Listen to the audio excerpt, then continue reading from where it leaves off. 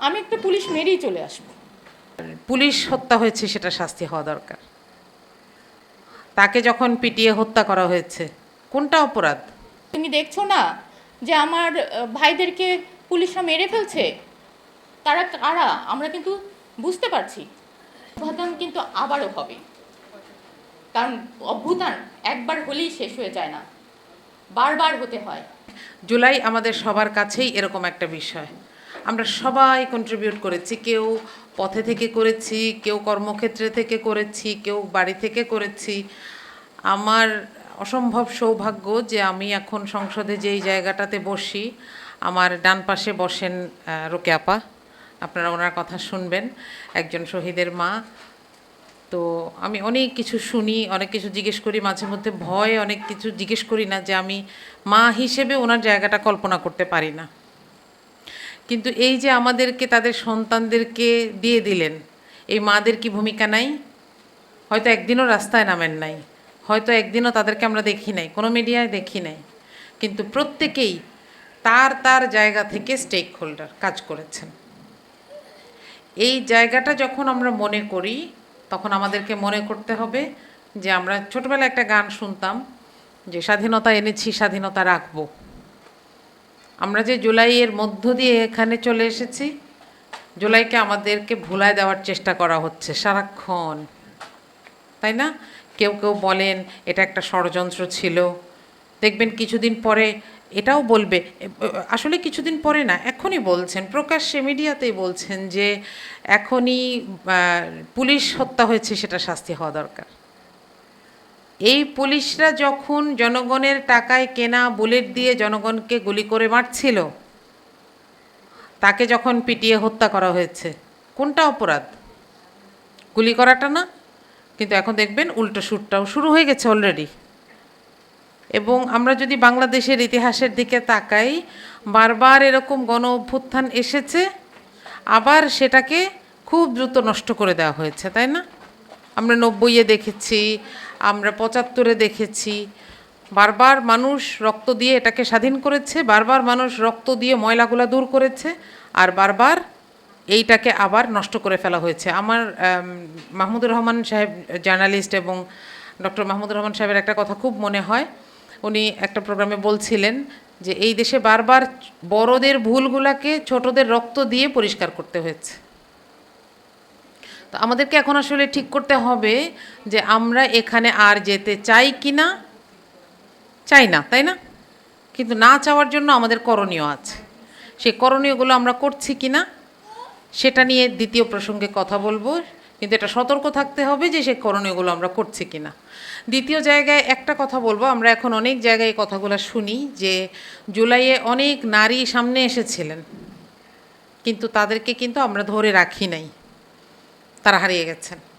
আমরা যদি দেখি যে সরকারের উপদেষ্টায়, ছাত্র উপদেষ্টায় একজনও নারীকে দেয়া হয় নাই, তাই না?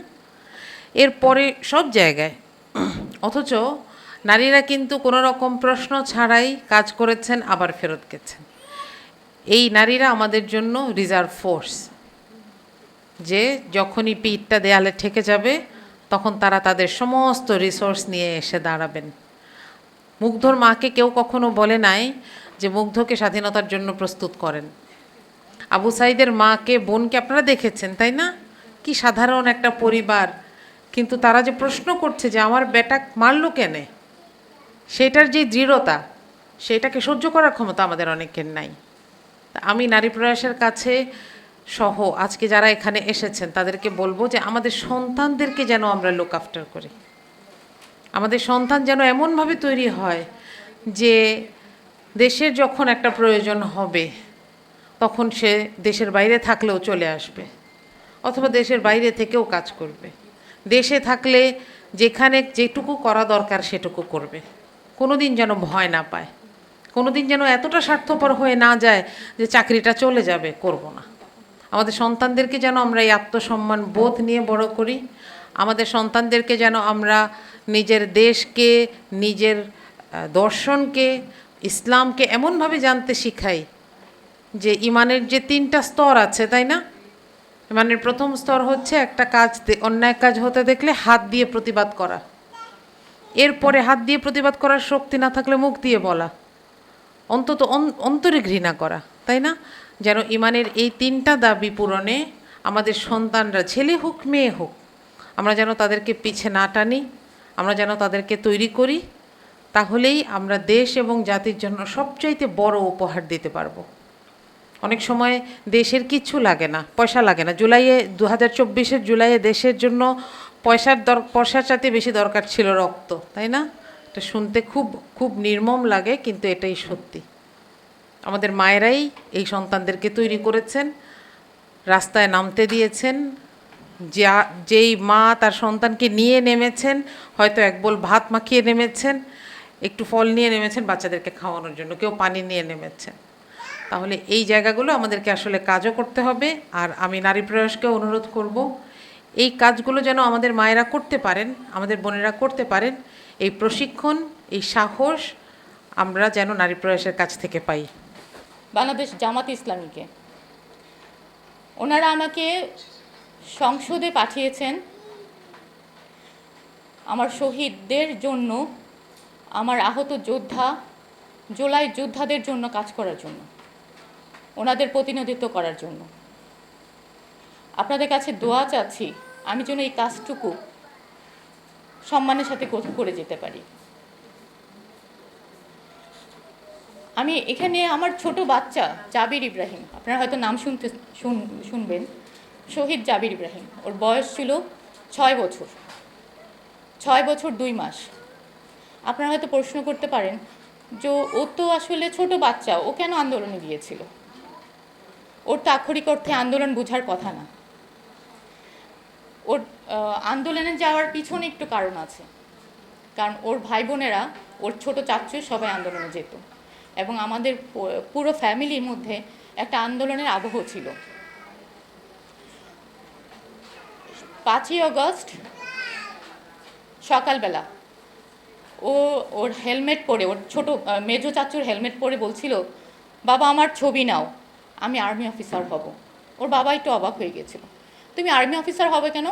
বলে আমি আর্মি অফিসার হবে পুলিশ মারবো, আমি আর্মি অফিসার হয়ে পুলিশ মারবো। তো ওর বাবা আরও অবাক হয়ে গেছে যে তুমি আর্মি অফিসার হয়ে পুলিশ মারবে কেন? ও তখন বলছিল, জাবির, যে তুমি দেখছো না যে আমার ভাইদেরকে পুলিশরা মেরে ফেলছে, আমি আর্মি অফিসার হয়ে পুলিশ মারবো। এতটুকু বাচ্চা সে পুলিশ মারতে চায় কেন? কারণ ও দেখেছিল পুলিশ ওর ভাইদেরকে মেরে ফেলছে। আমাদের পুলিশ আমাদের বাচ্চাদেরকে মেরে ফেলছে পাখির মতো। যে দৃশ্য আমরা মায়েরা নিতে পারি নাই, আমরা মাঠে নেমেছিলাম।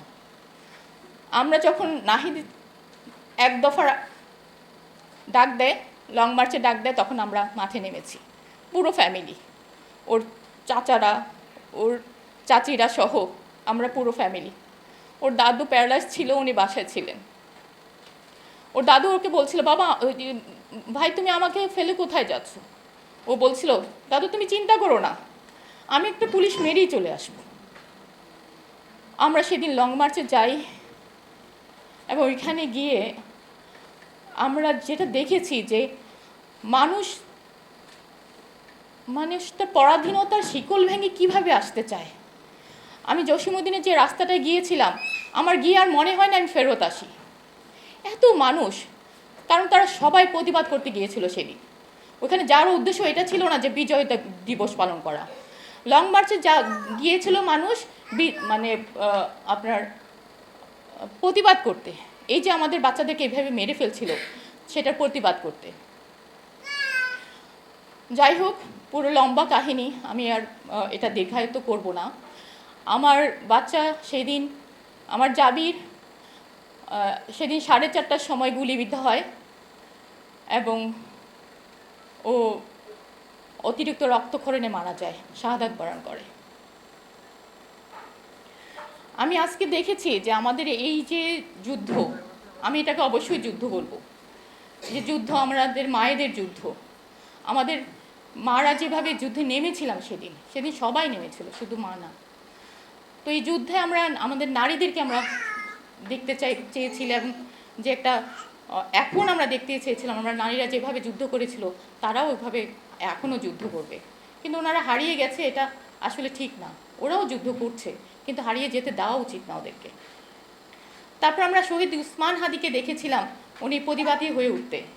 উনি যেইভাবে কথা বলছিল মনে হচ্ছিল যে উনি একাই বুঝি প্রতিবাদ করছে, এমনভাবে উনি কথা বলছিল, কিন্তু ওনাকে থাকতে দেওয়া হলো। তারপর এখন আমরা দেখতে পাই আমাদের জুলাইকে কলুষিত করার জন্য তারা উঠে পড়ে লেগেছে একটা দল। তারা কারা আমরা কিন্তু বুঝতে পারছি, আমরা বুঝতে পারছি যে তারা কারা। কারণ ভারতীয় আধিপত্যবাদ আমাদের ভিতরে কিন্তু জেঁকে বসেছে, কিন্তু আমরা এটা থেকে মুক্তি পাওয়ার জন্য এই জুলাই যুদ্ধ করেছি। জুলাই যে যুদ্ধ হয়েছে সেটার থেকে মুক্ত হওয়ার জন্যে আমরা কারো কাছে মাথা নত করতে চাই না। কেউ আমাদেরকে বলবে তুমি এটা করো ওটা করো, আমরা সেটা করব, সেটা হবে না। আমাদের বাচ্চারা দেখিয়ে দিয়েছে যে আমরা ভারতের আধিপত্য চাই না। ভারত কেন, অন্য কোনো দেশও আমাদেরকে কিছু বলবে আর সেটা নিয়েই আমরা থাকবো, সেটা হবে না। আমরা এতগুলো বছর পর, প্রায় 54 বছর পরে কি আমরা আসলে স্বাধীন হতে পেরেছি? পারিনি, কারণ আমরা আসলে স্বাধীনই হইনি। আমরা পরাধীনতার শিকলে যেভাবে বাঁধা ছিলাম ওভাবেই বাঁধা আছি। তাই আজকে সময় এসেছে আমাদের এই শিকল থেকে আমাদেরকে বের হয়ে আসতে হবে। আমরা এখন বিচারের প্রসঙ্গে আসি। আমরা যে এই যে কষ্ট, এই যে ফাহমিন জাফরের মা, মুসলিউদ্দিন, শহীদ মুসলিউদ্দিনের স্ত্রী, যে বাচ্চাটাকে পর্যন্ত দেখে যেতে পারে নাই, তাদের কি বিচার আমরা করতে পেরেছি? আজকে মাত্র 60টা বিচার হয়েছে, 2 বছরে মাত্র 60টি বিচারের রায় হয়েছে, কিন্তু কোনো কিছুরই কারো কোনো রায়ের কিন্তু প্রতিফলন হয়নি। হ্যাঁ, 60টা রায় হয়েছে। আপনি একটু চিন্তা করেন তো, 60টা এতগুলো মামলা চলছে, তার মধ্যে মাত্র 60টা রায় হয়েছে 2 বছর। এটা কি অপ্রতুল? এটা কি হওয়া উচিত ছিল? আমরা বিচারকে ত্বরান্বিত করতে হবে। আমরা এই সরকারকে জানাতে চাই যে যদি বিচার না হয় বা বিচার যদি আমরা করতে না পারি ঠিক মতো, তাহলে ফ্যাসিস্ট সরকার আবারও আমাদের উপরে জেঁকে বসবে। আমরা কোনোভাবেই এই ফ্যাসিস্ট সরকারের হাত থেকে রক্ষা পাবো না। তারপর ওনারা আবারও বলছেন যে আমাদের যে সংস্কার, যেই বাচ্চারা যেটা নিয়ে আসলে তারা জীবন দিয়ে গেছে, সেই সংবিধানের ওনারা সংশোধনী চায়। কিন্তু আমাদের বাচ্চারা চেয়েছিল সংস্কার, কিন্তু ওনারা চায় সংশোধনী। এটা হলে গণ অভ্যুত্থান কিন্তু আবারও হবে, কারণ অভ্যুত্থান একবার হলেই শেষ হয়ে যায় না, বারবার হতে হয়। সো ওনারা হয়তো বুঝতেই পারছে না যে এই বাচ্চারা একবার দাঁড়িয়ে গিয়েছে, তারা বারবার দাঁড়াতে পারবে। আমরা মারা যারা একবার দাঁড়িয়েছি তারা আবার দাঁড়াবো। আপনাদেরকে গণভোটের রায় মেনে নিতে হবে, আপনাদেরকে জুলাই সনদ বাস্তবায়ন করতে হবে। তা না হলে কোনোভাবেই আমার এই দেশ আবারও সেই 54 বছর পরাধীনতার শিকলেই বেঁধে যাবে। তো আমাদেরকে অবশ্যই আবারও মনে হয় পথে নামতে হবে। যদি আপনারা গণভোট এবং গণরায় যে দিয়েছে সেটা যদি মেনে না নেন, জুলাই সনদ যদি বাস্তবায়ন না করেন, আমরা মারা আবার নামব। সবাইকে ধন্যবাদ আমাকে কথা শোনার জন্য। আসসালামু আলাইকুম।